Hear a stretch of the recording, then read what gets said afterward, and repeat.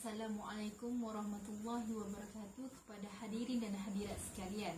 Alhamdulillah, syukur kepada Allah kerana masih diberi kesempatan olehnya untuk kita melalui hari ini dan menghirup udara segar ini secara percuma. Terima kasih kerana memberi kesempatan untuk saya menyampaikan dan berkongsi sebuah ceramah yang bertajuk Solat Membentuk Peribadi Muslim dan Muslimah. Hadirin hadirat sekalian, solat merupakan tiang agama dan ibadah yang wajib ke atas setiap umat Islam yang akhir balik. Solat mempunyai kedudukan yang sangat tinggi di dalam Islam. Solat bermaksud doa yang mengandungi beberapa perkataan dan perbuatan tertentu yang didahului dengan takbir dan diakhiri dengan salam.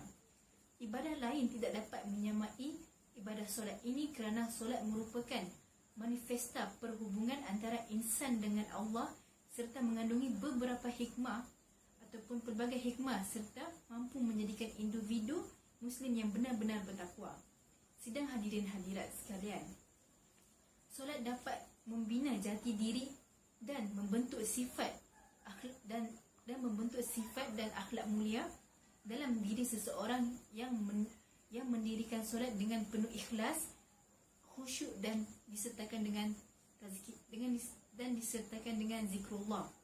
Keikhlasan dalam solat membawa seseorang kepada makruf, iaitu berbuat baik. Khusyuk pula akan mencegah dari perbuatan mungkar, iaitu perbuatan keji. Manakala zikrullah akan membantu seseorang melakukan perbuatan makruf dan meninggalkan perbuatan mungkar.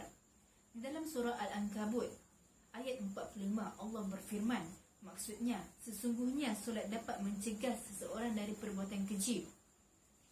Inilah kesan kebaikan kepada individu yang benar-benar taat mendirikan solat, bahawa solat itu menjadi benteng diri dari perbuatan keji, jahat, maksiat dan kemungkaran. Hadirin hadirat sekalian, solat juga mendidik umat Islam menjadi pengurus masa yang baik. Allah amat mencintai umatnya yang mengerjakan solat tepat pada waktunya. Firman Allah dalam surah An-Nisa ayat 103, maksudnya sesungguhnya solat adalah suatu ketetapan berwaktu yang diwajibkan ke atas orang-orang yang mukmin. Allah mewajibkan setiap umat Islam menunaikan solat 5 waktu sehari.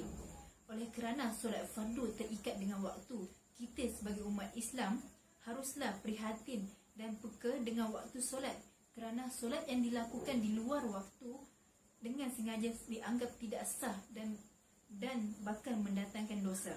Contohnya, solat zuhur bermula apabila gelincirnya matahari dan tamat apabila gelincirnya matahari ke sebelah barat dan tamat apabila bayang-bayang sesuatu objek di bawah sinaran matahari lebih panjang daripada ukuran asalnya. Ini bermakna ibadah solat perlulah dilakukan dalam waktu tersebut, bukan lebih awal atau lebih lewat pada waktu yang ditetapkan. Begitu juga dengan solat fardu yang lain, semuanya ada had masanya. Begitulah Allah membentuk akhlak menjaga waktu melalui ibadah solat.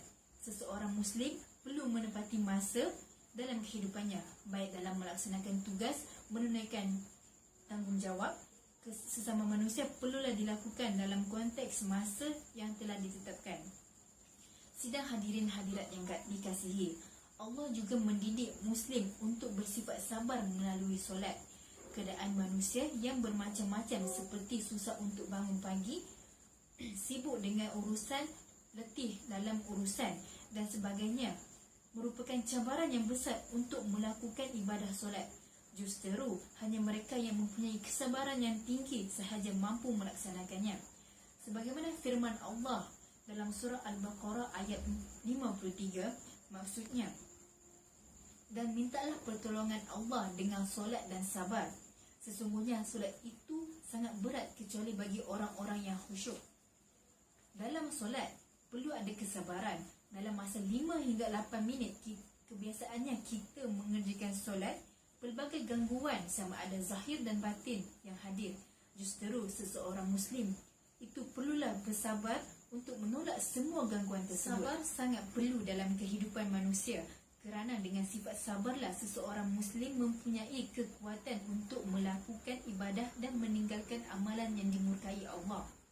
Sifat sabar juga melahirkan individu yang istiqamah, gigih, teliti dan berhati-hati dalam kehidupan.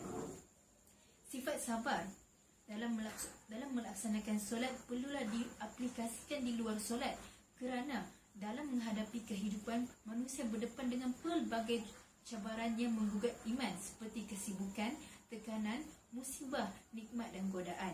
Maka kesabaran yang dididik oleh Allah adalah memainkan peranan utama bagi menjaga iman dan individu itu sendiri.